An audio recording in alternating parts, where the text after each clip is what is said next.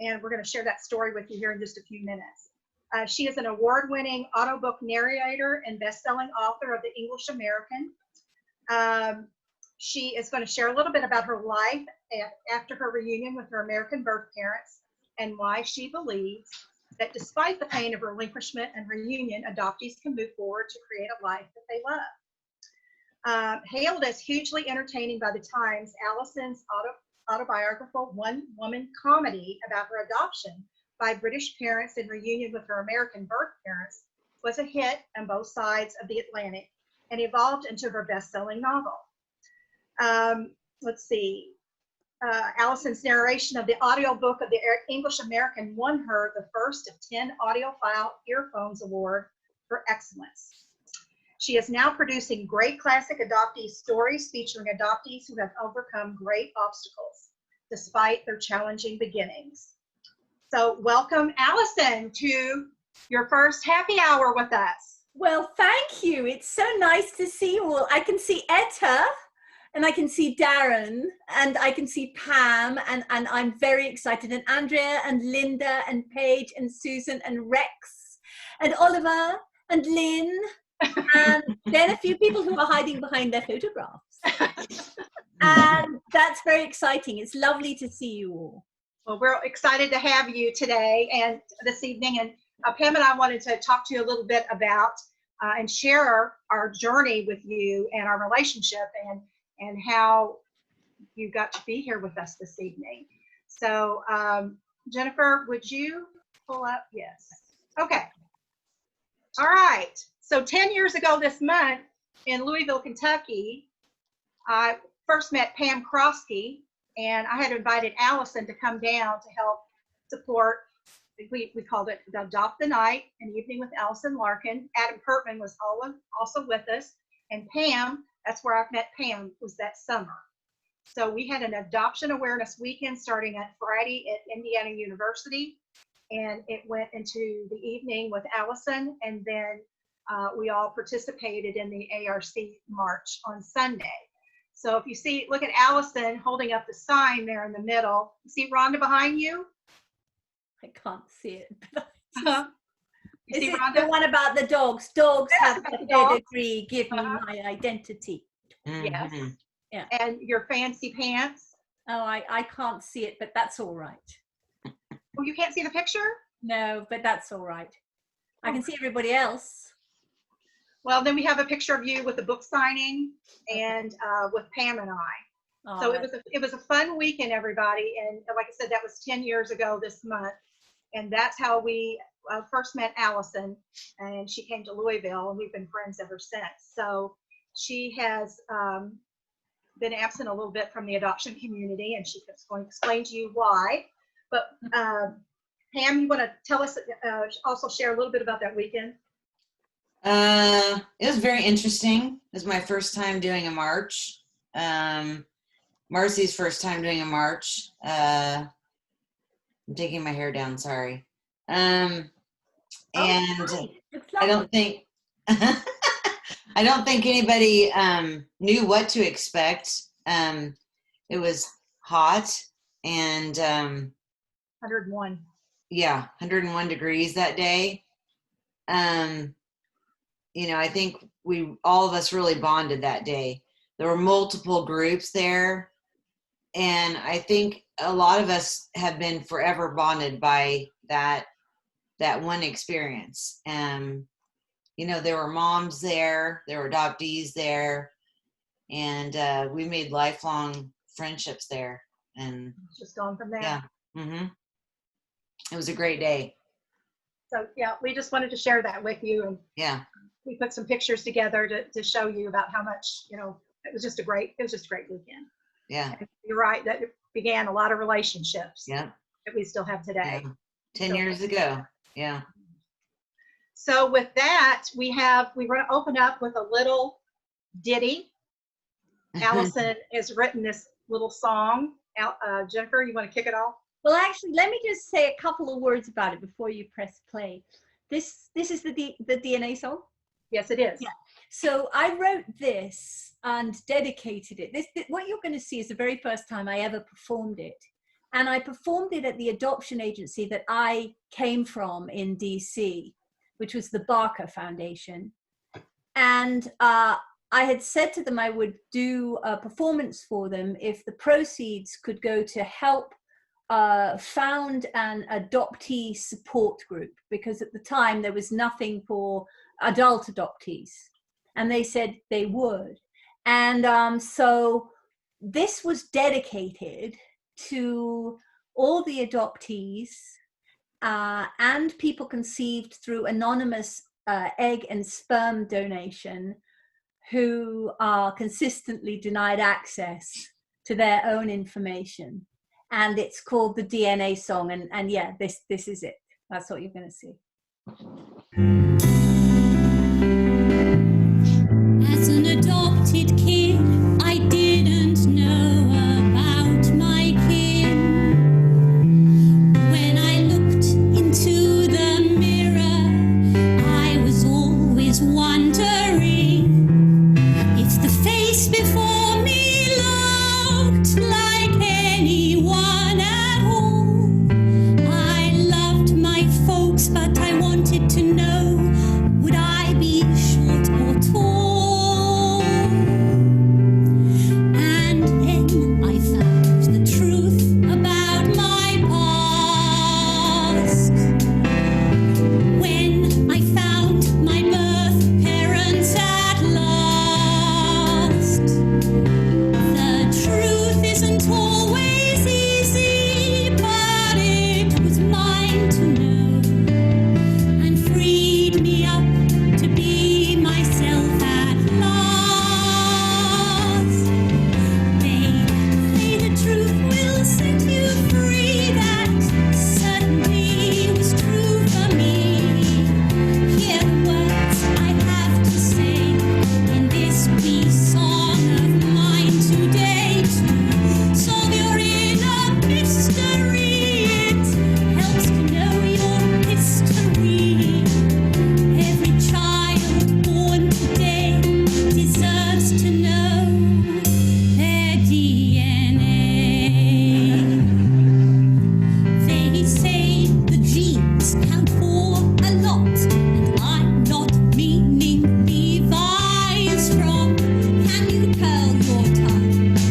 To can you roll your arms? To will you be a diabetic? Will you have a stroke?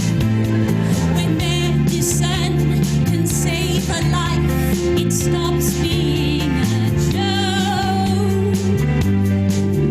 They say the truth will set you free. That certainly was true for me.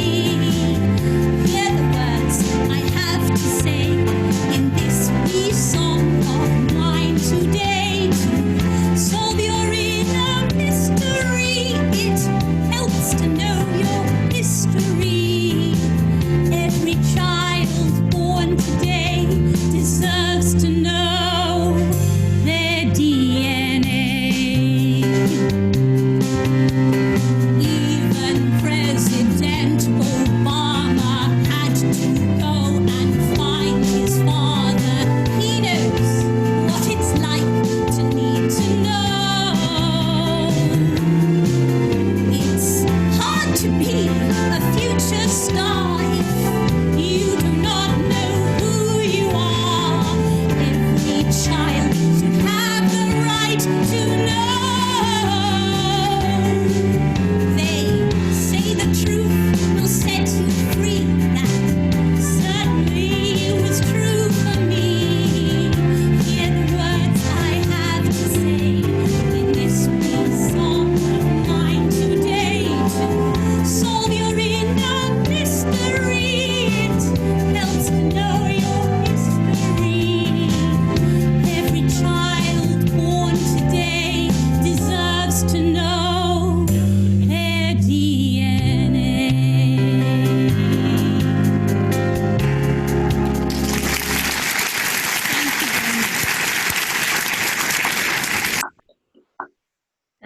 Wow.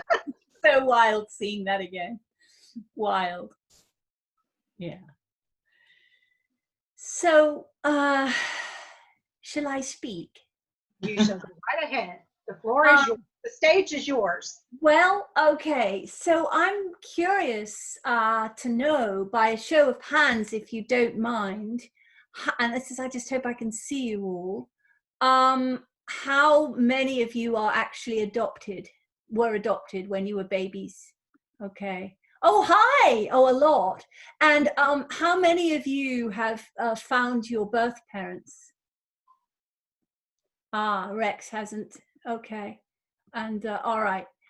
And okay, because it's really interesting. I'm actually in the Berkshires in Western Massachusetts right now, and I have a very different life from the one that I had last time I saw you. And I think probably it's true that perhaps there are several people here who don't know my backstory. So I think I'll begin by explaining why I'm here in this country. When I was 28 years old, I was finding it quite difficult to trust men, boyfriends. I was always convinced that they'd go off with the waitress if I so much as went to the loo. And I knew this was illogical because they never did. I just thought they would. And I had never thought consciously about being adopted at all, because I came from an English family, and so you add on to the regular denial a certain Englishness where one doesn't really talk about anything uncomfortable. So I thought maybe the reason that I couldn't trust a man enough had something to do with having been adopted. And I thought maybe if I found out who I came from, and then found out why I'd been given away, and then found out that maybe it wasn't that she took one look at me and went, yuck, but it was that she simply couldn't keep me, then maybe that would free me up somehow to live and love like normal people. Because I knew nobody ever did leave me. I would leave them first. And so that was what prompted it. I don't know if any of you can relate to it, but can you? Yeah, I wish I could see you all. I wish I could. But anyway, so of course, it was, this was the 1991. And at that time, you know, there were no books, there was no internet. And I called the adoption agency I'd come from. And the woman on the phone said to me, oh, you called about 5 years ago, didn't you? And I had called on a whim 5 years before just to see what the procedure would be if I ever wanted to find my birth parents. And then she said, oh, well, your birth mother came into the agency 2 days after you called. Isn't that incredible? Now, I didn't know that my birth mother was alive, and I didn't know that she would want to see me, but this made me think, aha, maybe she would. And at that moment, this thing took me over. I mean, I had this strong pull to somehow find my birth mother, and I knew that it wasn't going to be easy. The way I managed to do it was I was in London, and again, I know you'll understand this. It's called synchronicity when you're searching. And I walk into the Strand bookshop, and I walked into the shop and I turned left, and my hand reached up and I pulled down the only book on adoption that existed at the time, which was B.J. Lifton's book, Lost and Found. And in the back of it, there was the name of Tony Velarde, who ran the International Soundex Reunion, which at the time was the only organization that was legally allowed to link a birth mother and an adoptee. The agency would not put me in touch with her, even though she had said she wanted to be in touch with me, because they said it wasn't legal. So I managed to find her through the help of this volunteer organization that Tony Velarde set up. And the first thing she said to me was, did you know you had a twin?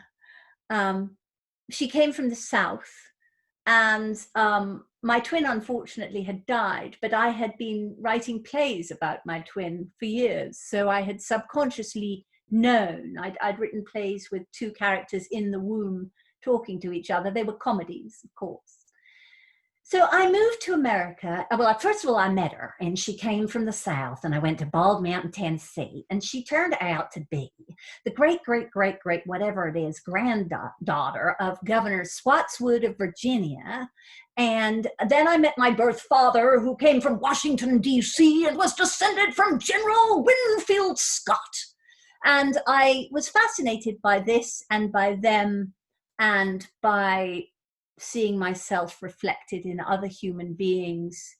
And it was also deeply traumatic. The reunion was terrifying because there was no counseling, there were no support groups, there was just me meeting my birth mother. I went to stay with her for 3 weeks in Tennessee, and it was really very overwhelming. But I, being English, didn't really let on because I didn't want to worry anybody.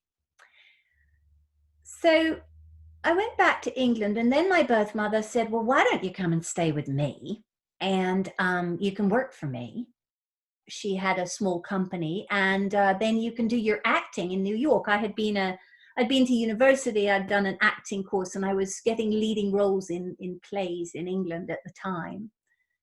And so I thought that would be quite an adventure. So I did. I flew to, she lived just outside New York and in Tennessee, and I stayed with her. And I went into New York City one day, and I saw this newspaper, and it said stand-up comedy. And I thought, wait a second. If I do stand-up comedy, I can combine theater, which I was doing, and writing, which I wanted to do but couldn't quite get it together to do. So I stood up at a stand-up comedy club, and I started talking about what had just happened to me.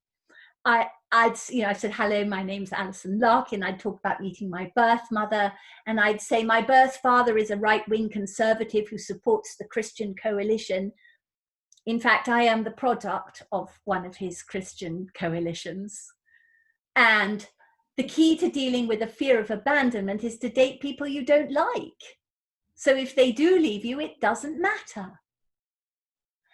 And I talked about what had just happened through humor, and people would come up to me and say, what was it really like meeting your birth parents? And I decided that I needed to go deeper. So I wrote a one-woman comedy show in which I played myself, my English mother, who was my birth mother's diametrical opposite in every single way, and myself. And I combined stand-up and theater, and I talked about being English and American, and I told the story in a highly comedic version. And it helped me because I'd been utterly alone when I came to America. And I know a lot of you will relate to this. You have friends and you have people who are there, but you really are on your own when you're reconnecting with your birth parents. And it is, I believe, I understand from psychologists that it often obviously re-triggers the original trauma as well.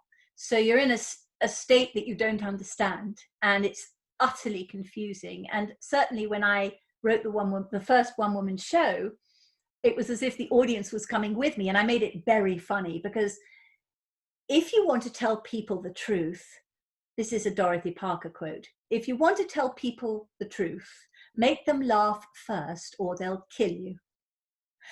And I wanted to express why I had needed to find my birth mother. And I actually loved my parents in England very, very much as well. And so I wrote the first one-woman show, and this miracle happened, and it went to London, and then Jim Henson Productions flew me to Hollywood to star in a sitcom, and it was all very, very heady, exciting stuff.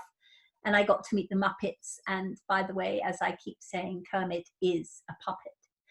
And then I married at that time. Now, I married a man I knew would never leave me, but I didn't love him. I didn't really connect with him, but I married him because I knew he could clean a kitchen and I wanted to be able to do my career. Plus, I didn't believe that I could love somebody and not have that terrible fear that they would leave me. So I thought, I know, I'll marry somebody I don't really love. And then if they do leave me, it really will not matter.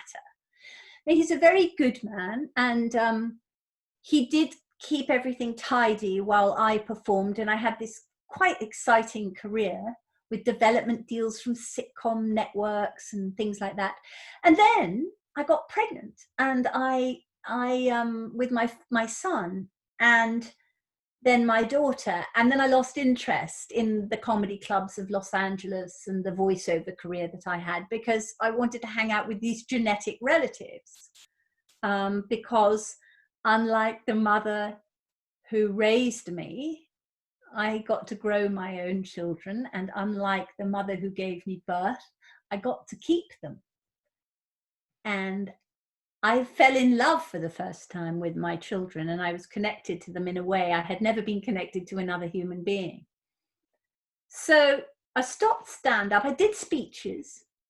And then I suddenly thought, wait a second, somebody said, why don't you write a book? And I thought, if I write a book, I was really pissed off. Look, I was pissed off with the way that adopted people are portrayed in commercial fiction as either serial killers or eternally damaged victims. And I was annoyed that there wasn't anything in commercial fiction, in easy to read short chapter sex scene fiction that people would read on a plane, with an adopted heroine, an authentic adopted heroine. And I get really annoyed by the way that adopted people are patronized, often by people who are not adopted. It just irritates me because people have no idea what we're dealing with. And I don't like I don't think we have to be a victim. I think we have to acknowledge the pain of it. I think that is part of the healing process. But I think there's been a rhetoric that I have found difficult, that has said that as adopted people, we are never going to heal. We will always have trust issues. We will always have problems. And I was thinking, well, no, we won't. Not necessarily. There's good psychotherapy. There are other adoptees. There are groups like this one. There are ways to heal. So I'm digressing slightly. So anyway, so I thought, I'm going to write a novel, and it's going to be the kind of novel I want to read, with short chapters and an adopted heroine. And I'm going to write about love, and I'm going to write about my fear of love. And so I wrote this book. It's the English American, and that was in 2008. And a miracle happened. Simon & Schuster actually published it, and it did become a bestseller, and it did well enough for my kids and I to move to the Berkshires. At that point, unfortunately, my husband and I, we didn't make it. And I think that was probably a very good thing, actually. But we are great friends, and we have a very radical divorce, in that he comes every weekend to see the kids, and we're good friends. So I came to the Berkshires, and about that time, I think, Marcie, you called me and said, come out and do this show. And what I didn't know when I did the show was that I had been bitten by a tick, and I had the beginnings of what was to turn out to be a two-year bout with Lyme disease that was quite serious. So I couldn't actually do a lot during that time. And then somebody had heard the audiobook of the English American and said that, well, what happened was my husband lost all my money. That was the problem. You see, I trusted him not to run off with any other women, but unfortunately I couldn't trust him with my money, and that was a bit of a mistake. So I had nothing, and I was here, and somebody said, well, if we set you up with a recording studio, will you guarantee, 15 audiobooks a year to narrate? And I said, are you kidding? So I'm in the middle of the farmhouse with a 7-year-old and a 9-year-old, in the middle of a place I didn't know anything about, newly separated. And I started narrating audiobooks, and I worked really hard, and I was able to shut the door on the studio and be there for my kids when they came home. And suddenly I had narrated 200 audiobooks. And then I thought, why don't I set up my own company? So I did. And I set up Alison Larkin Presents, and we have won 10 Audiophile Earphones Awards. And we are the #1 bestseller of the complete novels of Jane Austen, which I narrated. I started to feel terribly homesick for England, and I realized if I narrated the classics, then I could go to England without having to spend time with the English or stand in line at the airport. And then I fairly recently, realized that some of the greatest classic audiobooks have adoptees as heroines or heroes. Look at Great Expectations by Charles Dickens. There's a great adopted hero and heroine in that. There's Jane Eyre, which is the most famous orphan in literature. And I read this work, and I was relating to it. And so what I thought I would do now would read you an excerpt from Jane Eyre, because when I read this excerpt, I was thinking of every kid in foster care who gets shunted from one home to another, or every adoptee who is told, you will behave and you will fit into this family. And if you don't behave and you don't fit in, well, here's what Charlotte Bronte wrote about this. Now, what's happened is Jane Eyre is an orphan, and she's been sent to live with cousins who are absolutely awful to her. Well, they're not really related. They're horrible to her, and they are framing her for their bad behavior. So she is dragged upstairs. This is 1847. She's dragged upstairs by the 2 maids who work in the house. Hold her arms, Miss Abbott, she's like a mad cat. For shame, cried the lady's maid. What shocking conduct, Miss Eyre. To strike a young gentleman, your benefactress's son, your young master. Master? How is he my master? Am I a servant? No, you are less than a servant, for you do nothing for your keep. There, sit down and think over your wickedness. They had got me by this time into the apartment indicated by Mrs. Reed, and had thrust me upon a stool. My impulse was to rise from it like a spring. Their 2 pair of hands arrested me instantly. You ought to be aware, miss, that you are under obligations to Mrs. Reed. She keeps you. If she were to turn you off, you would have to go to the poorhouse. I had nothing to say to these words. They were not new to me. My very first recollections of existence included hints of the same kind.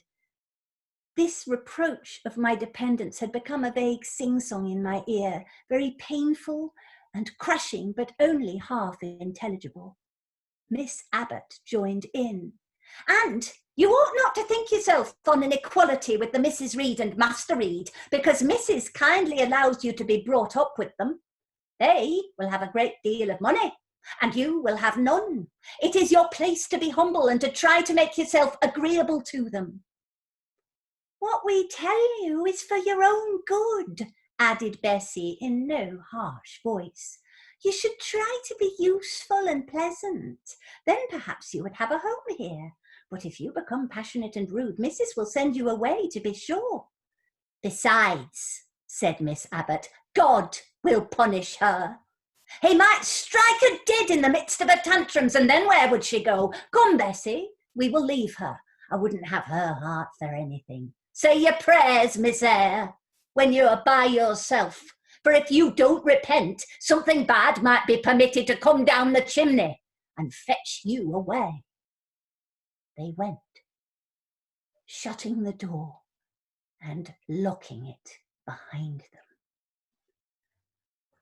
So, I mean, when I read that, I'm just going, I know I've had the privilege to meet kids who've been in foster care and who have been told that if they don't behave, they will be treated badly, and they are. And adoptees, even when they're adopted into a very happy and kind family, must adapt. is it Joyce Maguire-Pavo who says adoptees are also called adaptees? If you don't adapt, which, by the way, I actually think is quite a useful skill later on in life, because it means you can do lots of voices and act. And it does mean that you'll be in any situation and you can actually probably fit in. So I do think there are some perks to all of this. So anyway, so what else? I mean, I'm trying to think. There's so much we could talk about, but so I have gone to the adoptee classics, and I also found The Secret Garden, and I know a lot of you are feeling very lonely at the moment. I certainly am, because of this bloody virus, and we're all in isolation. So I read a book called The Secret Garden by Frances Hodgson Burnett, and it starts in a cholera epidemic in India, and this little girl is left all alone. Her parents are killed, and she has to go and stay in Misselthwaite Manor in Yorkshire, on another continent. And it's about loneliness and connection and healing, and connecting, in her case, to nature, and that nature is a way of healing loneliness and deep sense of fear. And I think even, I don't know where you all live, well, Indiana, I suppose, but there have to be trees in Indiana. So at least we've got those. So yeah, and I think really I want to make this useful to you. So that gives you a sort of broad stroke of me and what I'm up to. And I am going to release Great Adoptee Classics as an audiobook probably in time for Christmas. But if you are interested, and if you're broke, by the way, I'll give you a copy. Just go to AlisonLarkinPresents.com with one L in Alison, or you get this woman who does tapestry in Nebraska, and just send me a message. And if you want to buy an audiobook, do. And if you can't afford one, let me know and I will send you one. What else? I could read from the English American, I could do all sorts of things, but really I want to hear from you and see if there's any questions at all. But I guess perhaps to link with my write-up, flip forward 10 years, and I am in love now, and I have met somebody, and I'm in love properly for the first time with somebody I can actually trust, who for 1.5 years now, I've never experienced anything like it, and I know this is the real deal. I'm a mother of 2 children. My son's in Savannah, Georgia, and at college, and my daughter is about to go to college. And even though I was constantly worried something would happen to my children, it didn't. And I managed to raise them, and they're relatively sane individuals, and they're great. They're funny and cool and kind, which I think is probably the most important thing. And I got through it. I think I had good therapy. I had work I loved. I had people like you. I had community. And I don't feel sorry for myself. I feel unbelievably lucky. And I believe it's very important that as adopted people, we have got some advantages, a lot, I think. And I think we have a tremendous tendency to be able to empathize with other people, perhaps. And we also get to choose what we want from either set of parents and leave the rest. And I guess I feel, I say this to my kids, and I say it to kids. I sometimes teach comedy when I'm bored. And I think that we are all capable of creating a life we love. And damn it, how long have we got? We've got this wretched virus right now, and it makes you even more aware of how precious it all is. And I feel passionate about helping people to find who they are. First of all, it helps to find the people you've come from in order to sort that out, but to live authentic lives that are full of joy. There's always going to be awful stuff, But when you find out who you are, and adoptees who find their birth parents perhaps do that in spades, then I think we have a real chance and ability to live that rarest of things, which is a life that is real. And that's it. So I have a lot more I could say, but I'd really like to hear from you to see if there's anything that you'd like me to say, or anything you're particularly curious about.